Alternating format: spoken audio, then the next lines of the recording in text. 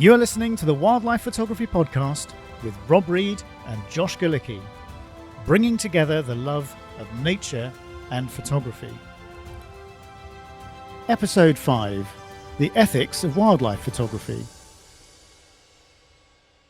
Well, hello everybody, and welcome to the latest episode of the Wildlife Photography Podcast with me, Rob Reed, and my co-host, Josh Galicki. And today we are joined by our very first podcast guest. And we have with us Georgina Staitler from Australia. Hi, Georgina. Hi, Josh. Hi. How's it going? How are you both? Excellent. Good. we've had a whole conversation off air, haven't we? Yes. Have we exhausted the discussion already? I'm ready for bed now. No, I couldn't. Off air, I couldn't shut Georgina up.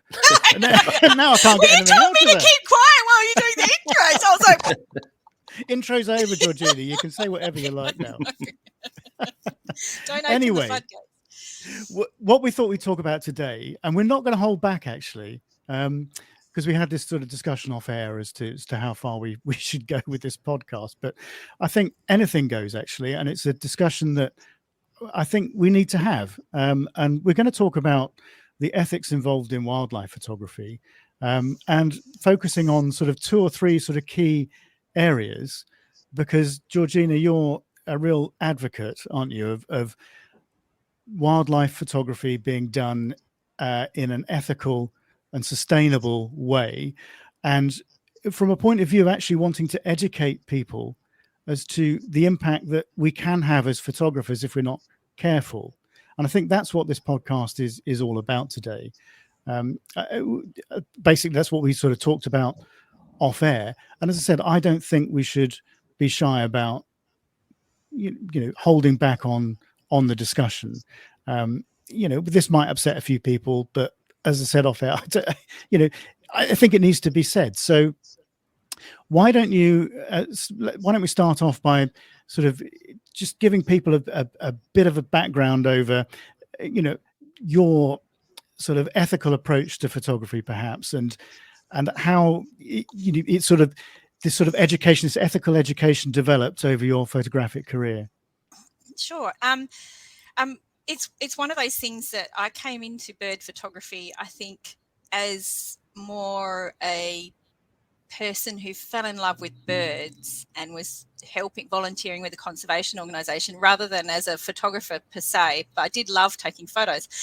But I suppose my primary passion was all about the birds and not necessarily the photo of the birds. I ended up taking photos to try, and we would do talks to community groups around Perth in Western Australia, and as part of that we had to have photos of the birds, so I ended up going out and taking photos, and that's how I got into the bird photography. But why I say that is because I think that because I didn't come into it as a twitcher or anyone like that, I really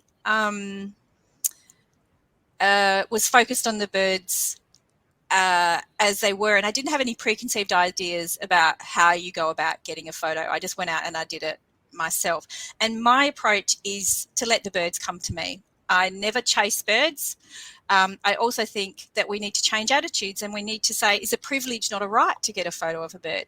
So I will go to an area where a bird is, and I'll sit or lie down. And over the years I've learned that if you sit or you lie down, birds are more likely to come close to you, because a walking or a standing, especially a walking human, and there's been studies about this in Australia lately, showing that that's a very predatory behaviour, and birds are very intimidated by that. So if you're walking around with your camera and you never sit down and you never stay in one place, then you're not going to get close to birds. Even really flighty birds like migratory waders, I would go and I would see the direction they're feeding in. I don't use any camouflage. I'd go and lie about 50 metres further ahead, lie on the sand and just stay there. And I had the old digital SLR, so I was going click, click, click, click, click, click. I still, like mine still does. Oh, sorry, you still do it, sorry. It's the old D700. D850 sounds like a machine gun. I know. And, so they could hear the thing. They knew I was there. But the thing was, by the time they got to me and I was doing all the clicking and I hadn't moved, they knew that I wasn't a threat. And I've had, like, bar-tailed godwits are really amazing migratory shorebirds. I just give them a little plug. There was one that was tagged, and there's one more recently did even better. But the one I remember, she flew 11,000 kilometres in 8 days non-stop. Wow. I mean, that is amazing. So when she lands on that shore, the last thing she needs, she's got half her body weight left because they lose half their body weight on that flight. Last thing she needs is to be flushed by photographers wanting to go out there and get a shot. You know, oh, wow, bar-tailed godwit, I've got to get a shot. So you have to be extra. You have to be really respectful of these birds. They need that time. They don't want to be disturbed unnecessarily. They need to rebuild their fuel reserves. So when I used to lie down like that, I've had one come so close I couldn't focus on them. That's how close they came. And it was from not being threatening, just lying down in one position and letting them come to me. And that's the thing I try and get across to people.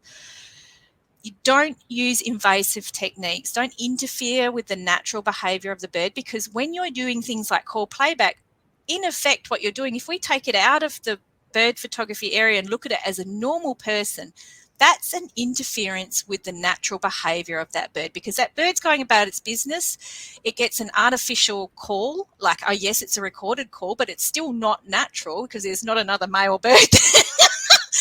And it's flushed out into the open. And the other thing people don't consider is that you're making that bird a target for predators. And statistics have shown that sentinel birds have a much higher rate of being predated. And also, I think there's a study in Chile that's shown that call playback does result in a higher level of predation of the birds that have been called out into the open. So I just have this philosophy that we need to step back, let the birds come to us and not interfere with their natural behaviour. And to me, that's the more beautiful photo. And also, you're then getting the natural behaviours. With call playback, every photo I see is an alert bird. It's not a relaxed bird. Doesn't look natural. It doesn't look natural. You know it's happened, especially if someone's got an account. There's lots of clear backgrounds. There's shy birds sitting up in the open that you don't normally see.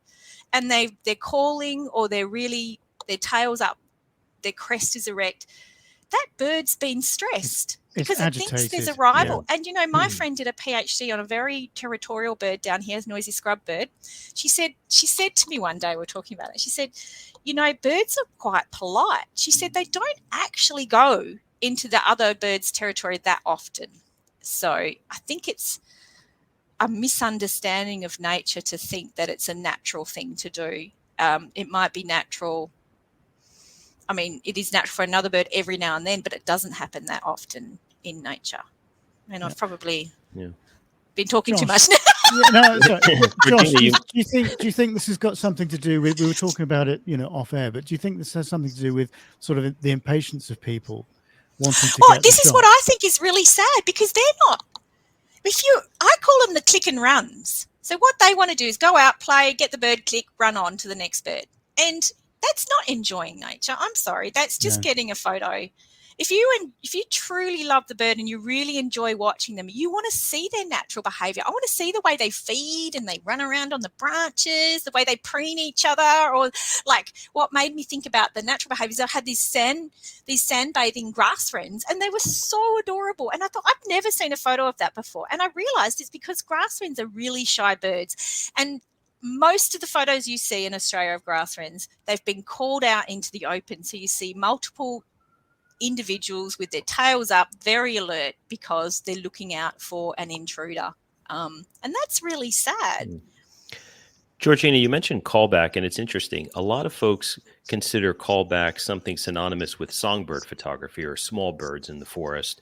You have a perch, you do the setup and so forth. But it goes beyond that, doesn't it? I mean, callback can be used for other types of situations as well, correct? Oh, and you know, callback is a useful tool for researchers. I have to stress that. Like, it can be used in certain circumstances. My friend was trying to get fairy terns who are very vulnerable they nest on the beach in very vulnerable places. So to try and get them to nest in a safer place, they were using call playback and decoys to try and lure the birds to a better nesting area. And it was very powerful. So it can be used. And this is, I think that And in the past, there's been people saying, well, you can use it every now and then, just for a very short period. It doesn't do a lot of damage.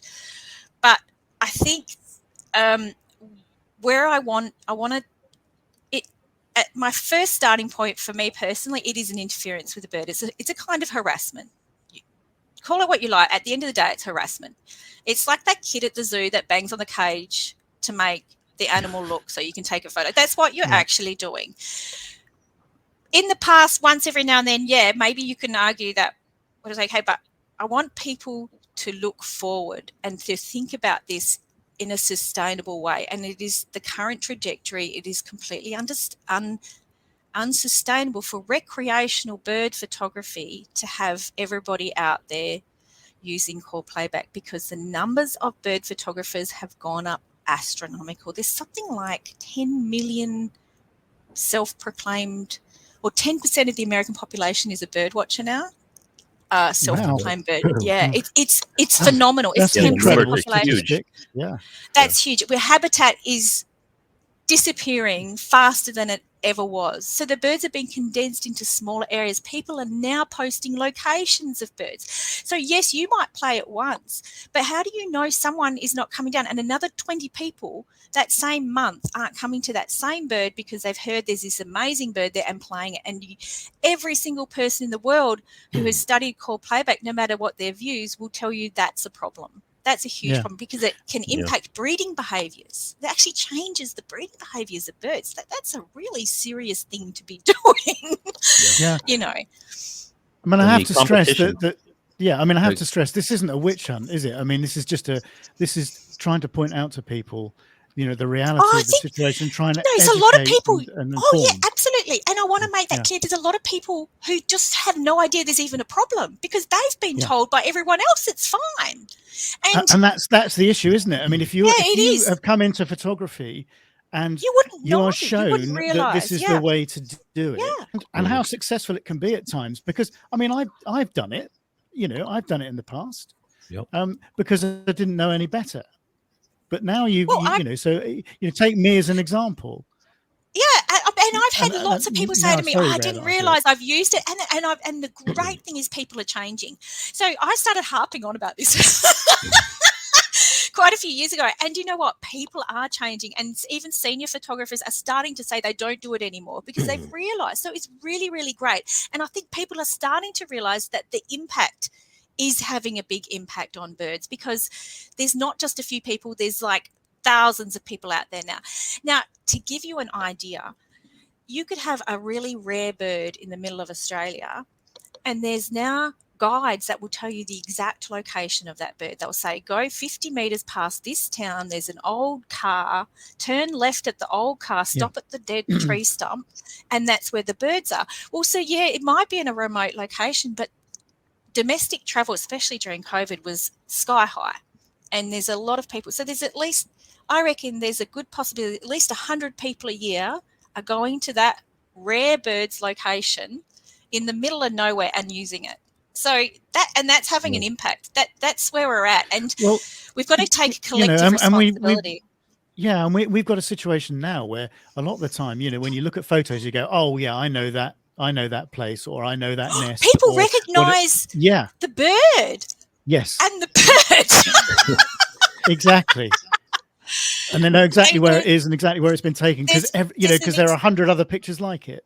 Well, they reckon there's this pink robin in Victoria in the Otway Ranges, and someone posted apparently the GPS location of it. So they reckon after that there was about 60 photos on social media of everyone going to the same location. And that poor bird, and apart from even call playback, it's being harassed. I just think people I say to people, if you don't want to give location, don't give the location, especially of threatened or sensitive species. Never give the location. Don't feel obliged. Blame me. I say Georgina said you come to it. Keep stum. And if you come across a rare bird, report it to the birding authorities. Don't put it on an app. And one thing I find, Georgina, you mentioned too, when it comes to call playback, a lot of folks get introduced to it as they're getting started and they don't realize what the impacts are. Absolutely, yeah. It would seem too, a lot of folks who start photography, wildlife photography, bird photography, or what have you, they'll go on workshops and tours. And the tour leaders will use call playback simply because they want to guarantee results. They're charging a fee, you pay the money, and the tour guide wants to get you that shot. So I think beyond even their, not knowing, I think they get introduced to it through workshop participation and so forth, and they take that away and they just don't realize what the impacts are, exactly what we're discussing. What are your thoughts on that? Well, it's interesting because my friend's a scientist and he said it's this psychological process called normalization. And what's happened in bird photography, we've normalized a behavior that if you took it outside of bird photography, people would clearly say, well, that's an interference or that's kind of harassment, you shouldn't do it.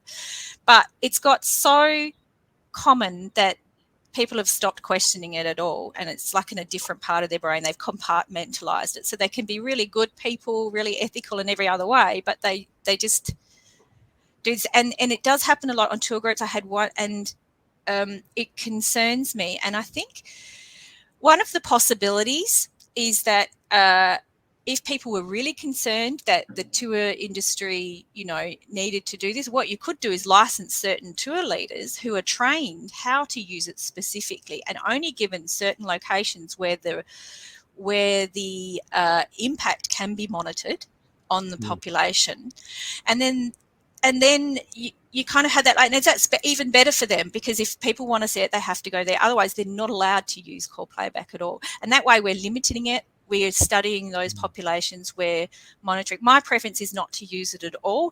And I think the reality, because I've had someone say to me, oh, we'll lose tourism. No, we won't. You have never met a twitcher, and I should say what do they call America? Do you call them tickers?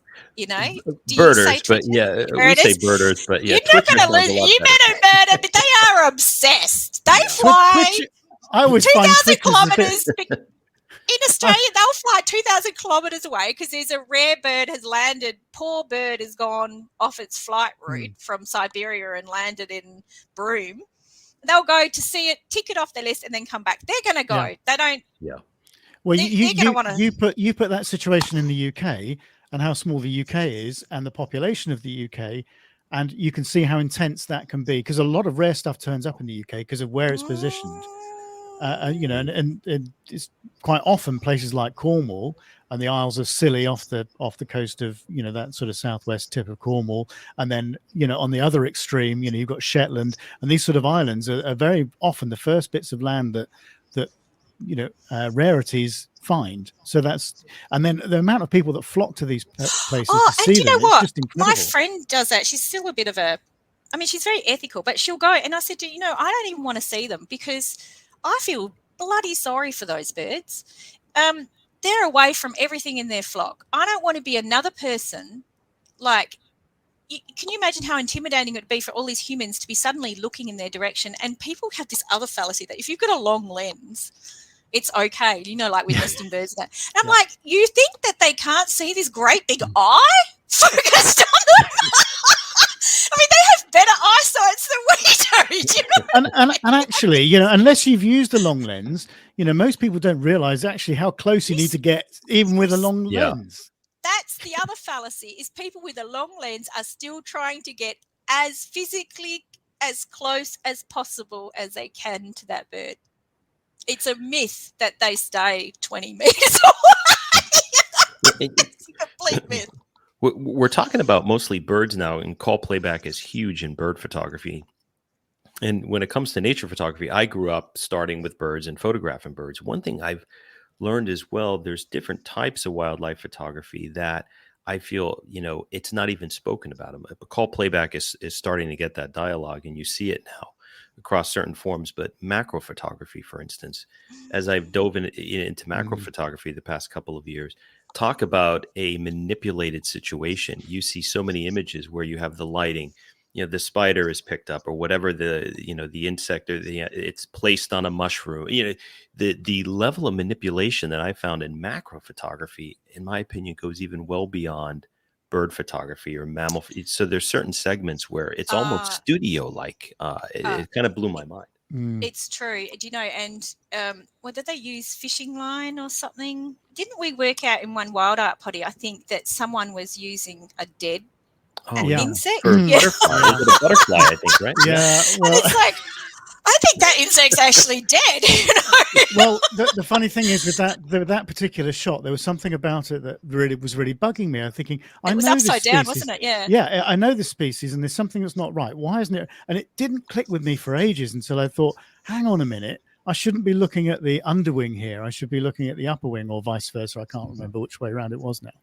I thought this is all a bit strange. And then I thought, hang on a minute, that butterfly is upside down. Why is it upside down?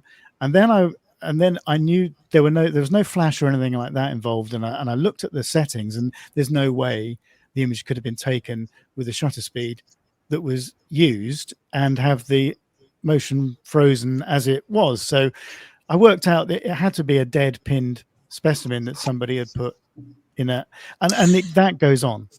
And the other thing that goes on with insects actually reptiles as well is chilling. Is you chill them in the fridge, they become less active, lizards, and then you can lizards in the manipulate them. fridge. Yeah. And someone told me years ago they used to super glue the back leg of the lizard. Yeah, I've heard that.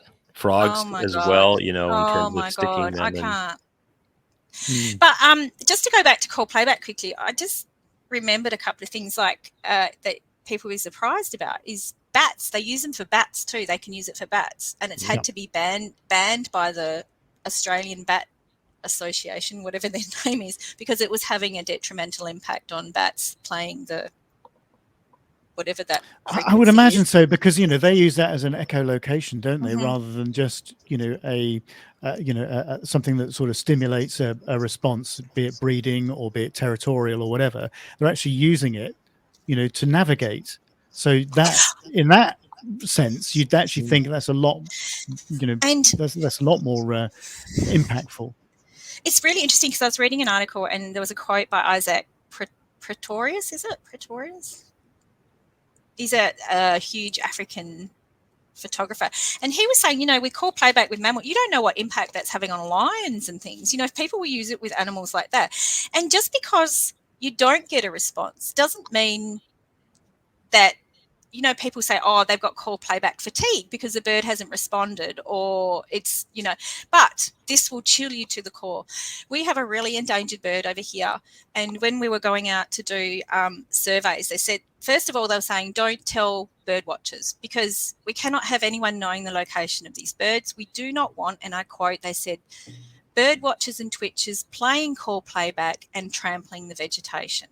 So that's another issue I want to say. It's often used as an excuse for call playback, saying, oh, it stops you from trampling the vegetation. Well, I've got news for you. You shouldn't be trampling the vegetation anyway. You've got to stay on the paths. In Australia, we've got some really, really terrible plant diseases that are transferred by people's shoes. It kills 40% of our native vegetation. So if you go off a path and you start wandering into this pristine vegetation where these endangered birds are, you're actually putting the whole ecosystem at risk. But not only that, they used call playback, and this is what I said, sometimes scientists use it to try and attract more birds to the area, and they found it had the opposite effect. It actually caused the birds in the area to leave. So how many of those circumstances where people go, oh, it's fatigue, they're not answering, is actually they've caused birds to physically relocate to another area. We don't understand the impact on every bird species, and until we do, there's the precautionary principle in environmental law says if you have the potential to do harm and you don't know a lack of knowledge of proof is not an excuse for failing to take a precaution. So you need to take. Would you like to see sort of tighter regulations come in about actually? Call playback? Do you know what? It's there already, Rob. It's there already. I guarantee every country has environmental legislation that says you're not allowed to harass native wildlife. But I guess that's subjective, isn't it? No, it's not. It's an objective thing. It's an objective thing. And it's actually specifically in 3 states of Australia. It's specifically illegal in the legislation. One thing I find when it comes to call playback as well, it's outside of the not being aware, not knowing, like these things we're talking about, a lot of people don't realize the impacts. But I think also there's another piece to it, and it's the competition through social media. For instance, in North America, I'm in a coastal area now, so I can walk up to waders. I can lay down on a beach and shoot shorebirds. You don't need call playback to get to compose and get great shots. You have a lot of people in the internal parts of the country that live in forested areas. They want to get these songbirds or these warblers. and they're seeing all these shots and they want to one up the next photographer. So I think the competition piece is key to that too. That will invite them to up the call playback, to have that perfect approach, to manipulate that situation. So I think it goes even beyond the not knowing. I think a lot of it too is driven by competition and trying to get that best shot. That's so important that you raise that, because that was the other thing I meant to mention when I said the world is changing. And obviously the biggest impact has been social media. And for that exact reason, and people want a new bird every day or every week. They want that new species and they want to get the likes. So there's a motivation there that just wasn't there before. You know, I have this old friend, Michael Morecambe, one of the leading bird photographers in Australia's history. He was taking photos in the 60s with a medium format camera. He had 180 millimeters was the longest focus. Like, it was manual focus. He had his flash was powered by a car battery. Can you imagine? You know, do you know hard to sneak up on that? He'd put it next to nests and everything like that. And I don't have a problem with it, because there were only 3 other photographers in the whole of Australia he knew who were doing it. And the other thing is so it wasn't like everybody was going to rush out and suddenly do it. So digital cameras have made it a lot easier. It's accessible to everybody. And then there's social media. But the other thing is, in those days, they didn't have images. We didn't know about all the birds. But these days we've pretty much got images of all the birds. So there's that need, like, that used to justify some things has kind of changed. I think that everything has changed, and that's why I say to people, we forget about the past and all the other arguments. If we just look towards the future, we all have to kind of admit it's unsustainable. And it's not about the bird anymore or the animal, is it? It's about the photographer at that point. Yeah, exactly. It and is. Their status amongst their peers, I guess. And if you ask them, my overwhelming experience is that they lie. I mean, of course they do, because humans, if you confront someone with something and say, "Oh, have you been unethical?" Of course they're going to deny it. It's your instinct. So I think that, I just don't think we can leave it down to a case. I think it's time for the photographic community as a whole. And I think there's a difference, isn't there, between somebody that knows the impact that these things have and still goes ahead and uses these techniques, to somebody who perhaps doesn't know. No, I say this doesn't know any better. It sounds a bit patronizing, and I don't mean it to come across like that. But if you aren't aware, of the impact that these things have, it's not an excuse, but it's a bit more understandable. No, it is. Exactly. And you know what? We've all done things in the beginning. You get enthusiastic in the beginning that we look at and we think, oh, we probably shouldn't have done that. I mean, I'm sure in the beginning I used to walk up to birds and, do you know what I mean? And like follow a bird along the beach or something. And I think that we're going past that, and we're saying, I think you're right, Rob. And the other thing that upsets me is the people still teaching other people that this is the way you do it, without any caveats and without acknowledging that there is a big issue with it, I think. Yeah. I mean, I liken it to if you walk up a mountain and you're the only person that's walked up that mountain, then the impact that you're going to have is pretty minimal. But if you've got 10,000 people walking up that mountain, very, very quickly, a lot of that soil is going to get eroded, and a path appears and everything else. And this is kind of the cumulative impact that callback can have. Oh, and this is what I want people to focus on going forward. I want to leave behind those old debates that used to divide people, and you get really heated things, and say, come on, guys, you got to look forward. Even you have to admit this just can't go on. It can't go on. And I think it's all about education too, and less being punitive, how dare you, you shouldn't have done it, but more, this is how we need to move forward. And I think it brings everybody in the tent versus, making a good versus evil argument or whatever. Yes, because I don't think that's the case. I think it's just being positive about it and being informative. And when people realize, the impacts that they can have by certain actions, then the majority of people, if they have conservation and they have wildlife, at the forefront of their, interest and the interests of the actual subjects that they're photographing, which I think is 99.9% of people out there doing it, then of course they're going to be less inclined to do those things, because they actually realize, the impacts that they're having. I don't focus on the people I can't change. I focus on the people that want to learn and will change, because there's always going to be the people that do the wrong thing, no matter what you do. That's why we legislate for the lowest common denominator. Well, isn't that the way? I mean, Yes. but you're laughing, but isn't it true? I know, it's so sad, but that's humanity. Well, we know we is. can't stop everyone, and then one of the excuses is always, you can't change everyone's behaviour. But I mean, but you can change a lot of people's behaviour, and that's going to have an impact. And it starts somewhere. Change has to start somewhere, and I think it starts now. Yeah, but I think it's education is the key to it. It really is. Yeah, I think education is key, because there's so many different situations. There's general guidelines like use a telephoto lens, use the longest focal length, because you don't want to get too close to the animal. But there's situations where, I've been in the Falkland Islands. You could shoot wide angle. A penguin will walk right up to you, so you can get those shots. Or you don't shoot nest locations. Well, there are certain situations. If you're in Florida, there's great blue heron rookeries or heron rookeries where there's a boardwalk you can set up. So there are different ways to get certain shots, but you have to be educated and realize what are the boundaries and lines of demarcation. And that comes with time and having an open mind, really, because it's not always a black and white situation of can you use wide angle, can you not, and so forth. And I've been quite strict in Australia in different forums, and had a lot of forums have had to ban nesting bird images, and it's not because everybody does the wrong thing. It's simply because human nature being what it is. Once you allow one photo, it's very hard on a social media platform to start saying, but that photo's okay, but that photo's not.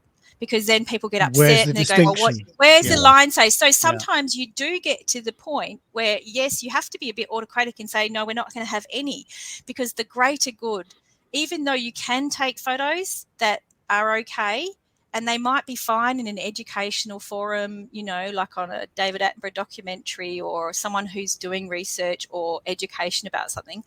But for social media purposes, the risk of allowing nesting bird images is that once you let them in, like we were getting this on Facebook forums, you suddenly get all these little baby birds and nests and eggs and real close-ups. And it's a nightmare for someone's got their mobile phone and gone up, and and it's a nightmare for administrators. So it's been, as a practical point of view, we've got Australian BirdLife photography group, and we've banned nesting bird images.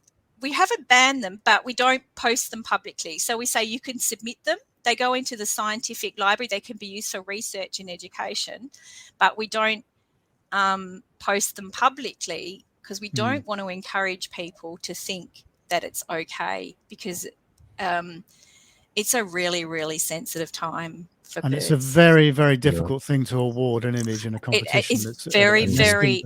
do you know, this is the thing I say to people, you're not going to get an award-winning photo with a nesting photo unless it's something really special. But I agree, you can use remote cameras and wide angles and things quite safely. You can photograph at colonies quite safely. There's lots of scenarios. If the bird's at the top of a tree, it's probably quite... But as you say, it's not necessarily about the circumstances of an individual image. It's about what that image then says to the people that are viewing it and what's acceptable, because they're not necessarily going to know how that image was taken. And I think the rule does... I've had some people get really upset because they don't understand that it's not about what you did. And I believe that you did the right thing and you didn't disturb the bird. But what I'm worried about is if you put that on a social media forum, the impact. So, that's it's a distinction. Hard to police that on social media. In a photo competition, you can certainly enforce rules and choose what can be selected and what can't be selected. You can't on people's personal accounts. It's very difficult. Yeah. No, I'm meaning more like Facebook groups, like this particular bird group. Yeah. And it's very difficult to turn around and say, actually, I don't think you should have posted that. I know, and you upset a lot of people, and then people don't understand the fine line, and that's where administrators are in that difficult position where in the end they've just said no completely, because you've got to have a thick skin. You really do. And people also need to understand the history behind these kind of things. And I read this story once that in India it was banned on a lot of social media forums, nesting, because at one stage professional photographers were paying villagers tell them where a rare bird was nesting. They were going and taking the photos and then destroying the nest so no one else could get the same photo. So it is these kind of things are stemming from, and we've even had an instance here where someone was caught by a child relocating a nest to a more picturesque location. Oh my God. I mean, this is serious stuff and people are doing it. But if you take away that ability to post it, they won't do it. It's as simple as that. And that's what we're looking at here. We're not looking at what you did. You might have done the right thing. You might not have hurt the bird, but there's a greater picture here. That's an interesting topic altogether, isn't it? That sort of, the social media, whole social media thing, and the drive for adoration, I guess, from your photographic I hate peers social media.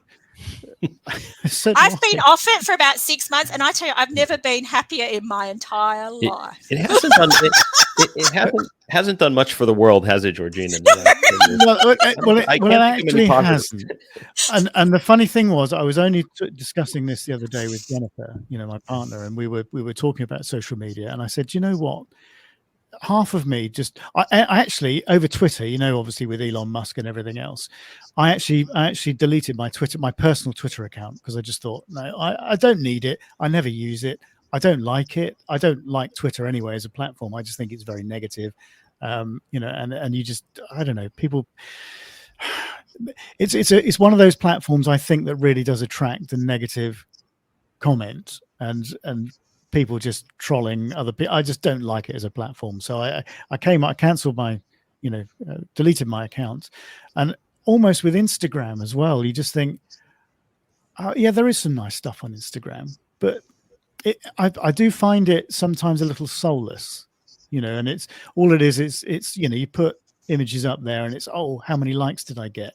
Well, it's a little bit competitive, and you can't avoid it, because even without trying, you're having a physiological reaction. Like, if you think you don't care, but if you put a photo up that you really like and nobody likes it, deep down that does. Yeah, it's part of our nature, isn't it? Yeah. It's part of our nature that our mood will change. And it's these little cycles. You've got to be someone said you shouldn't be on it if you're sensitive at all. And I think that's right. You shouldn't. But isn't that most of us? Yeah, well. I think, you have to be, well, almost. It's a clouded vision too. I speak to a lot of folks when I go on Instagram and I look at images, or it goes beyond that now with reels and video. It's about people's lifestyle or their personality as a photographer more than the output or the product, right? Yeah. And I don't think a lot of folks can distinguish that. They look at that and they think, oh, wow, their life is incredible. They're jet setting every day. They're taking these photos and they think it's normal. And it creates a lot of jealousy, self-doubt, and we're going through a huge health crisis, I think, with the pandemic. So you add all these things together, it's very difficult to pull the positives out of. And you know what? And then you see people go to Costa Rica and Africa, and you think, bastards, am I allowed to say that? You just said it. It's fine. Yeah, you're the first swear word on the podcast, Georgina. Excellent. Trust the Aussie. It won't be the last. Get Andy on. Yeah, well, we'll line him up at some point.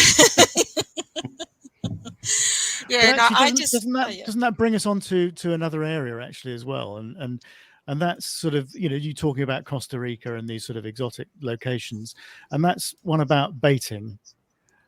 And oh my word, how controversial is that as a subject? But it's something I think that does need talking about, because I know you're very vocal about that one too, Georgina. Well, it's interesting, and you've got to make a distinction here. And I tell people, because people say, is it okay to feed birds like in Australia? And do you know what? It's illegal in Australia. So whereas in the UK and in North America, birding authorities are like promoting people to put bird feeders out, Australians are doing the opposite. Our scientists have said it's detrimental to the native birds. They need to get their own food. They're not getting their native foods. They're not getting all of the antibiotics and all the other antioxidants and things that they get from the things, and it makes them ill. And also there's a risk of transferring disease. And I did read something, Rob, that in the UK a few years ago, 5,000 greenfinches died in a Yes. Yep. thing, and that was through bird feeders. It was, yeah. So- I mean, So if you when you're think talking it, about feeding, yeah. you've got to make a distinction of geographical areas, because historically you can't do it in Australia. You're not supposed to do it. There is a guy who says if you do it, make sure it's native food or natural food. Only put out, because his point of view, and I get it, is that people want to do it and people love birds. So if you're going to do it, put out the native food. Make sure you sterilize the bowl every day, like with vinegar or whatever. Can't remember what you have to use. So you're not transferring disease. Only put out a little bit that they can't rely on, so they still have to go and get their native food. So you can still enjoy birds, Yep. And don't do it every day so that they're reliant on it. And that's probably, and make sure it's undercover, because if you put it out in the open, and I've seen people say, oh, look, a goshawk came down and got the bird, that's just nature. Well, it's not nature, because you've put a feeder out in the middle of the open, and normally that bird would not be sitting out in the middle of the open. I had a sparrowhawk literally 2 days ago. Oh, with yeah, a they will. goldfinch, on Yep. my lawn. Yep. And if plucky. I stand and photograph the birds in my garden, because I do feed the birds in my garden, but Well, they it all is do, don't they? well, yeah, we all do. But it is something I have been thinking about quite a lot, because, I actually do realize that I'm changing behaviors and I'm making them reliant on a food source that isn't necessarily going to be there all the time. If I'm away on holiday, I have to Yeah. make sure I get a neighbor to fill my feeders up, because I Mm. know these birds have become reliant on that as a food source. Now, is that a good thing?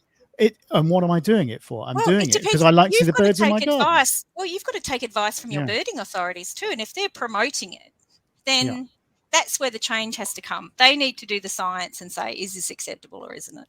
And look at the industry that's behind it as well. I mean, this is a whole other subject for another podcast. But in the UK, crikey, I mean, bird feeders, bird food, and everything is a huge industry. It's huge. Same in North America. Yeah, I mean, I know in North America too, and that's why I've always think it's really, really interesting, because people don't realize. Yeah. It's a illegal, pastime for folks. Yeah. And in North America, what I do, I feed birds, but I do it mostly in the wintertime. That's when, birds sometimes need more food and more fat, and so And that forth. was my understanding of the justification. Yeah. Yeah. So but then you think about it. What is a big thing, as you were saying, with finches. We see that in North America too. You'll see house finches, purple finches. They'll show up, and or goldfinch. Their one eye will be all closed. It's a I mean, I photographed chaffinches with that sort of foot disease, that foot fungus type disease that malforms the feet and everything. So yes, you do have to be very, very careful. And I say this to other people in the village. Actually, you have to sterilize the feeders. And you have to do it every day or because in Australia, in Mauritius, they almost wiped out a species of parrot because of beak and feather disease, which is one of the horrible diseases, or psittacosis that we have here. If that gets around, it can wipe out like our parrots. So we have to. It's really, really important that people. Well, it's like anything, isn't it? I mean, if we had a COVID pandemic, obviously, which we did, it's like getting everybody to drink out of the same water bottle, isn't it? I mean, it's like that's what it's like. If you are getting. It's really interesting because about supplementary feeding. We had in one photo competition, someone had put a photo in, and it was during the droughts, and they were saying it was a really good thing because a community group was going out and then feeding all these birds in this area. But I looked at the photo and I said, they're feeding all of the predatory birds. So they were all kookaburras, they were ravens, they were currawongs. These are all birds that predate on other birds and all the insects. So what's happening is if you're supplementing feeding them, they're becoming stronger. But you're not supplementing feeding all the animals down the food chain. So their populations who are already struggling from a lack of resources and things are going to be even more impacted. So you've got to be really careful when you start fiddling with like feeding certain species above others and the impact, especially if they're predator birds. You don't know what impact that's going to have down the line. I mean, whatever we do, we have an impact, don't we? I mean, this is the sad thing about humans. Yeah, exactly. We should feed the birds humans. There's plenty to go around. Right? I can think of a few candidates that I'd like to line up first. And even with the best intentions, things can go right. In North America, the peregrine falcon was endangered years ago, and there's been this huge reintroduction of peregrine falcons in coastal areas where they have these things called hacking towers that they set up. And now there's very strong populations of peregrine falcons all along the East Coast. Well, what that's happening, all of the migrating shorebirds going through are constantly being harassed. They're killing more shorebirds. They're not giving them a chance to rest and feed. And you know, there's always a domino effect. You know, when you try to help, one once particular you fiddle with species. nature. Yeah, it's. Well, I mean, in the UK, I mean, talking about raptors, I mean, the red kite reintroduction in the UK is a real success story in inverted commas.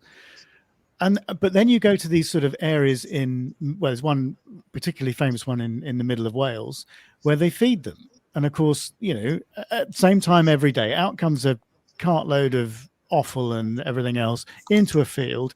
And you know, they've got these sort of photography hides and everything in. And honestly, I've been there.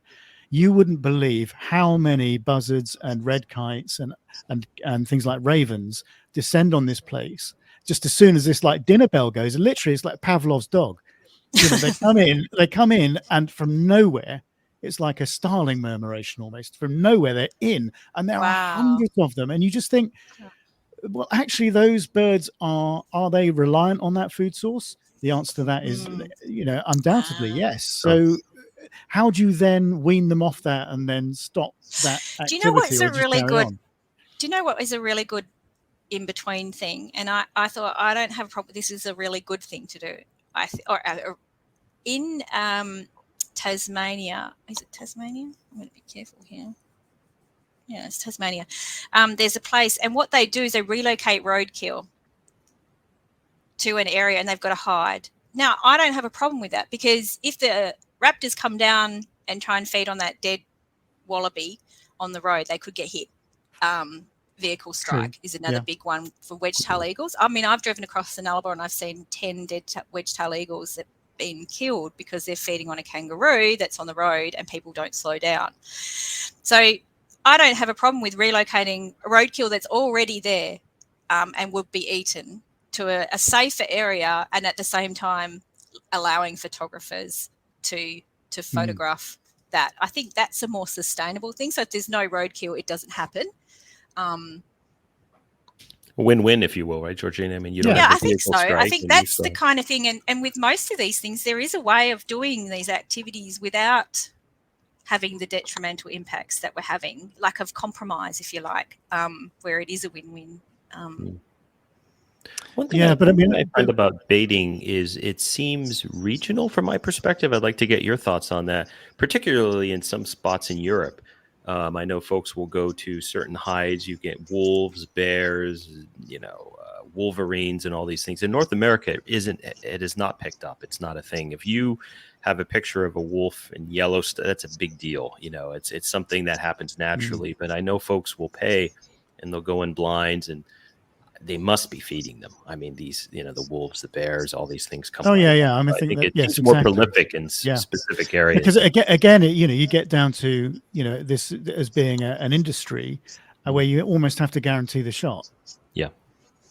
So how far do you go with that? But then you've got the other extreme, in certain areas of North America, where you've got live baiting going on with mice under bell jars.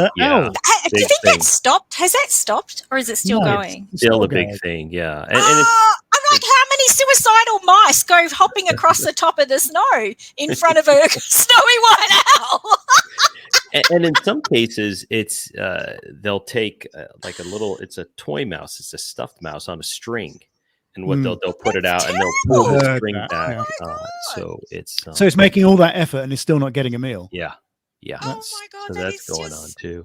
But crazy. I think in the photography community in North America, there's been so much debate about it. There's been so much, controversy. Videos showing these owls landing on people's heads and so forth. And I think everyone is wise to it now. If you see a shot of a great gray owl, wings out coming at you, people know. And so the good news is I think the jury's out. The jury's no longer out on this. People realize that it's live baiting, and these images just go so far as getting likes on social media. It's still there, but I think most people are aware of what's going on, and hopefully it will have an impact long term, and there'll be It's less like, and less. I of don't it. know if you've ever noticed those images. There was a few years ago, there was a guy who'd have baby birds arranged on branches, and then and you could see they weren't even fledged. So someone's, the photographer's plucked them out of the nest, and they're amazing images. Wow. But people who know photos know that those birds can't even fly. Like, they shouldn't be out of the nest. They've arranged them.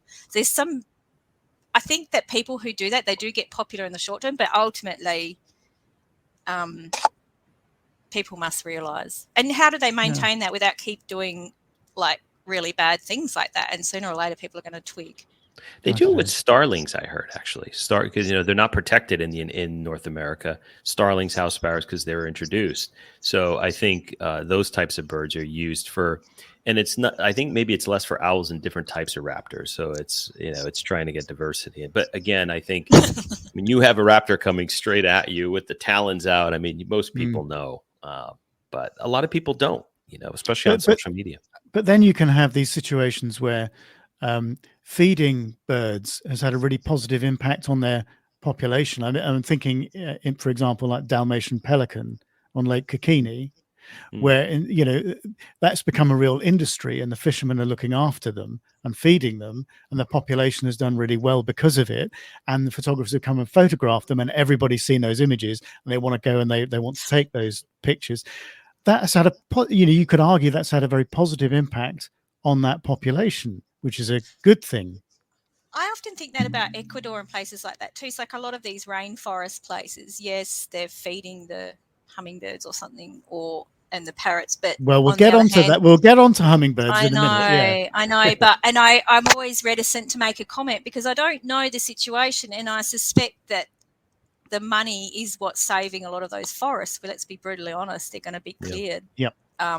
They've been cleared in Australia. They're going to be even more likely to be cleared in countries that don't have the same. I'm assuming they don't, but I don't know.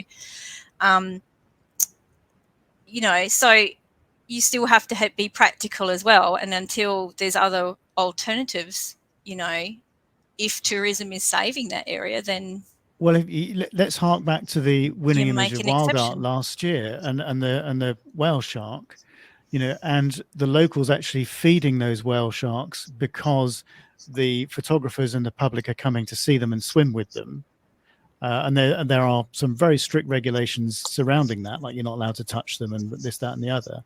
But instead of killing those animals now, they're feeding them because they're attracting people that are paying them money to see them. So their attitude has changed, and that's a very sort of I think it's very insightful, the way that you have to if these animals are more valuable to people alive than they are dead, then they're going to look after them. But then of course that is never without its impact, and of course feeding those animals now on a migratory route is delaying their migration to breeding grounds because it's for easy food. So you're having an impact. Oh, I'm worried about those whale sharks. I was thinking they should be moving on as long as the feeding is not extending beyond their natural period in that area. Yeah. But you see, this is the whole thing. This is why we've got to be very, very careful. And you can't trust governments either. You think they're doing the best interest, but for instance, we have dolphin feeding here that's been going on for 30 years, and they built a whole centre as a tourism thing. That whole population's been devastated by that interaction with humans, and it's basically disappearing at Monkey Mile. And you couldn't trust the Department of Environment because the government had a vested interest in the tourism. Yeah. So yeah, it's all about. The problem is we're never going to have reliable facts coming out from people because there's too many vested interests. Yeah, and we're never going to stop people from feeding animals. It's going to happen. It's just a matter of. Well, that's why this guy's approach, like to say, well, we're never going to stop it. So if you are going to do it this way. Is the lesser of two evils. Yeah. I mean, I'm always reticent to talk about feeding because it's something I don't know. I'm very aware that in every country and every situation, there's different factors involved. Yeah, it's not always cut dry, is it? No. Yeah, I mean, take hummingbirds and how many lovely pictures of hummingbirds have we seen coming to flowers, but we know that it's actually sugar water in the majority of cases that's attracting those birds in, and there's also a lot of photography done at the sort of sugar water type feeders.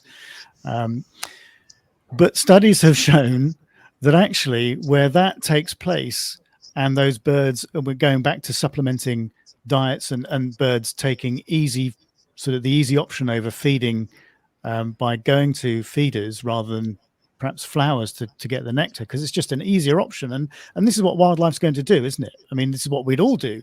If it's easier to get food from, one place as opposed to the next place, you're going to go to the easier place. And this is all they're doing.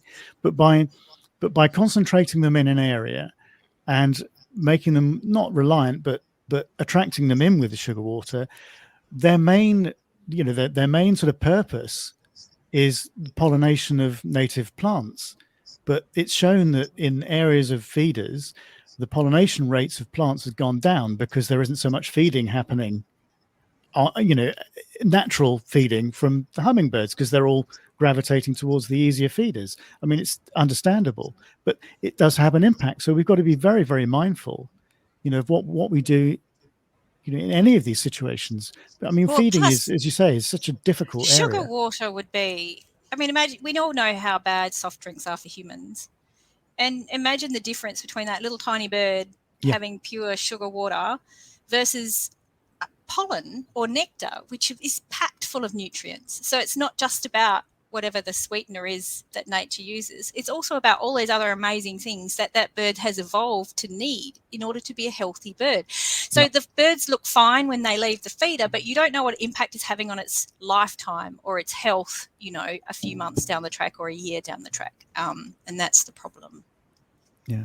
So, all of these things, and when you stop and you think about it, you realize, what an impact that we can have. And let's get on to things, even things like seabirds. And we've all seen, these amazing pictures of gannets and other sort of seabirds coming in and taking dead fish, for example. But has anybody ever stopped to think about where the fishes come from? I mean, if it's a question of, well, it's a bycatch product from the fishing industry or whatever, well, that's a reasonable argument. But if you are going out and you are catching fish, killing them, and then throwing them over the side, that has a different dynamic to it in my book. Yeah, I kind of have the view that if you're killing another animal just to get a photo, there's something wrong. It just feels morally wrong. Yeah. And I think you really do have to question the sort of moral, the moral code behind that. If it was going to be eaten or it's scraps or something, that's fine. But it's yeah. Exactly. Anyway, so think about that, everybody. I think we've covered a few things, haven't we? I mean, we've been going for nearly an hour. I told you we weren't going to hold back. But did I hold back, or I don't know if I did. No, I don't think you held back. I could have said a lot more. You could have said a lot more. I know. Probably will. We stop recording. But I actually think it's an important. Important debate to have, and even if this has just helped sort of open a few people's eyes to stuff that does go on, and made them think a little bit more about, about the sustainability and the processes and the impact that photography can have and what we do to get the photographs that we take. I think it's important. And I think if we can go away with one thing, it's that getting a photo of a bird is a privilege, not a right. We need I really to like that. change Yeah. Absolutely. the whole way we look at it. And I think if people did, then it would change. Yeah. And I think having a photo of an animal behaving naturally and Naturally being is the itself best. is people appreciate that. You could tell anyone with a trained eye who's been photographing wildlife can see when a bird is stressed or an animal is stressed in that photo. And so even from a photography standpoint, you want to capture that natural behavior. And the only way to do that is not to place stress on And can I just say, a reputation once ruined is very, very hard to earn back. Yeah. So you set yourself up as a certain kind of photographer. Other photographers, no, we might not say anything publicly, but we're thinking, Yeah. Put that and you're going to have to work really hard to regain your esteem in my eyes. Put that stuffed anteater down when you're walking with it. Yeah. Stuffed anteater is turn away. hilarious. Oh, Well, that's a whole other discussion. it's a whole other discussion. Just put You it know, down someone- and walk away. Okay, well, by the by, though, someone told me that they were photographing puffins. I think I've told you this story before, Rob, on one of those islands that you are Or in the Skomer or UK. somewhere. Yeah. Yeah. And this couple walked up and pulled a stuffed puffin. Apparently, you can buy Puffin, yeah. taxidermy puffins, and put it out and photographed the stuffed puffin. What are you doing, people? And they put it back in their bag. I think that's the best one. Probably did better on Instagram than everybody else's pictures of a puffin. That's right. One thing I have to say, I've been photographing waterfowl and swans, and I use decoys off of my dock because there's duck blinds on the other side, so I don't feel bad about that. I'd rather have them over by me than near the duck Yeah. Oh blind. my but- God, they shoot because they shoot them, don't they? Yeah, and when the sun sets, I get these beautiful silhouettes of these decoys, and so I'm half tempted to hit the shutter button. And I had two Right, I swan should watch out decoys. for And I'm that. like, this is a Yeah. beautiful scene. Actually, I've never thought that you could do that with swans. It'd be really amazing. Give me ideas. Is this a real swan? Prove it. Did I- Especially if it's a silhouette. You can't see the We detail. can't see anyway. the detail. We should be able to. But I think sort of but going back to what you were saying about, the more relaxed the animal is, or the more, the animal or the bird or whatever you're photographing is displaying natural behavior, the better the image. And I can think of some really good examples that we've had in Wild Art Photographer of the Year this year that display those very qualities. I can think of a good number. So yeah, those are the images that to me have the most impact. I mean, let's face it, we've all seen the stressed birds before. We've seen the cool playback birds Yeah. 1,000 times. The wing droop and the Yeah.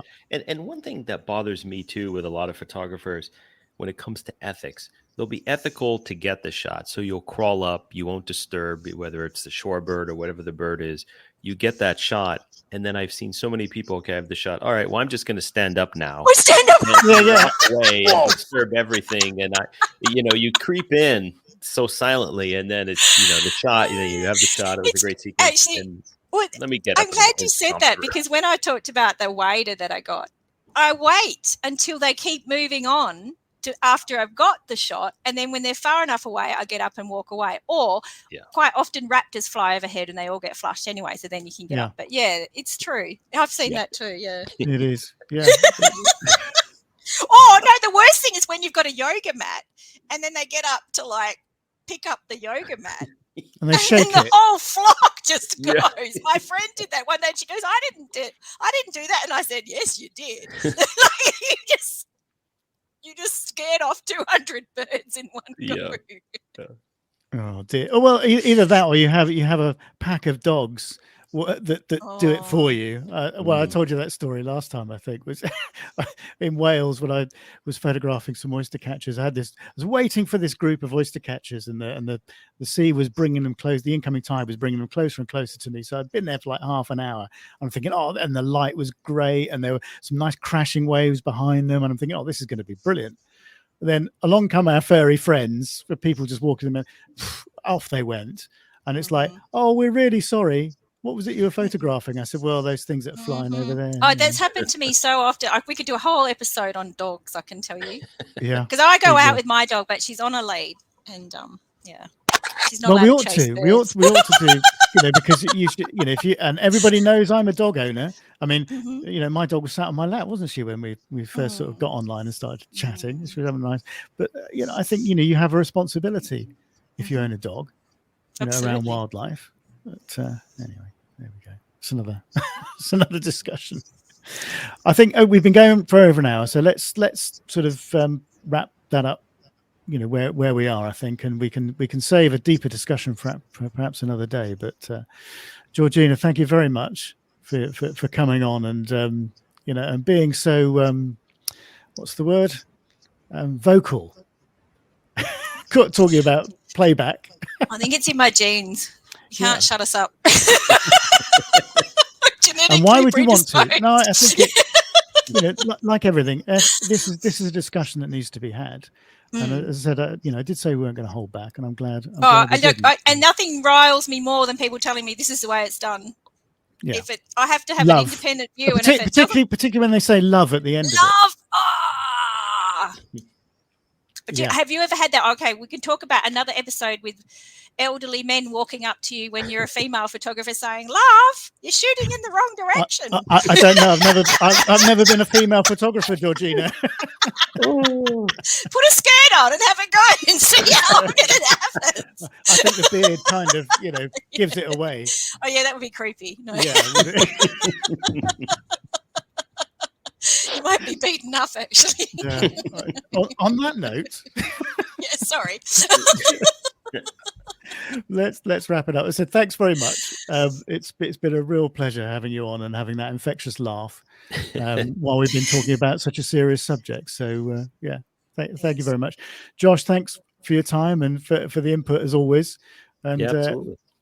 thank you everybody for listening. I hope you really enjoyed it or got something from that. I think probably is more the case. But I really do hope that it's been thought-provoking and made you really think, about how you go about your photography and perhaps some of the practices that maybe you've been involved with in the past, and perhaps we'll think very carefully about in the future. So this whole thing, as I said, wasn't a question of having a witch hunt for everybody. It was a question of trying to educate and inform, and that's what I hope that we've. Yeah, I think that's what I hope that's what we've done. So anyway, I do hope people have got something out of it, and we'll think of another topic and see you all again in the next episode.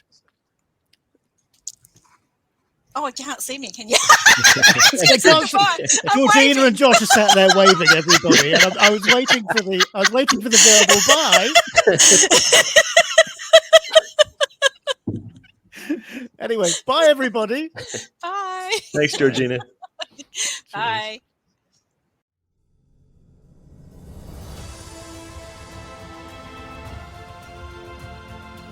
You have been listening to the Wildlife Photography Podcast. If you have enjoyed the content, then please help us to spread the word by sharing a link on your social media platforms, giving us a like, and leaving us a comment. See you all again next time.